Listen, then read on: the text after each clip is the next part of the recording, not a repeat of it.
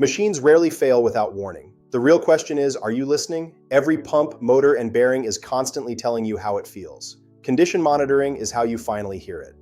For most plants, the first sign of trouble is the machine already stopping. Unplanned downtime costs US manufacturers up to $207 million every single week.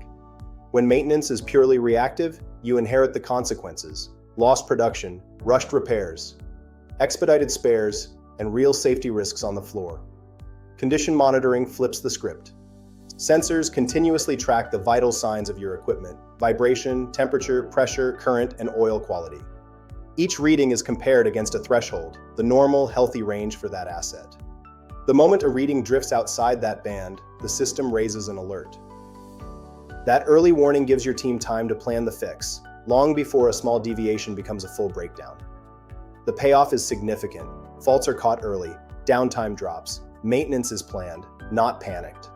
Equipment lasts longer, runs safer, and costs less to operate. That's the shift from reacting to failure to staying ahead of it.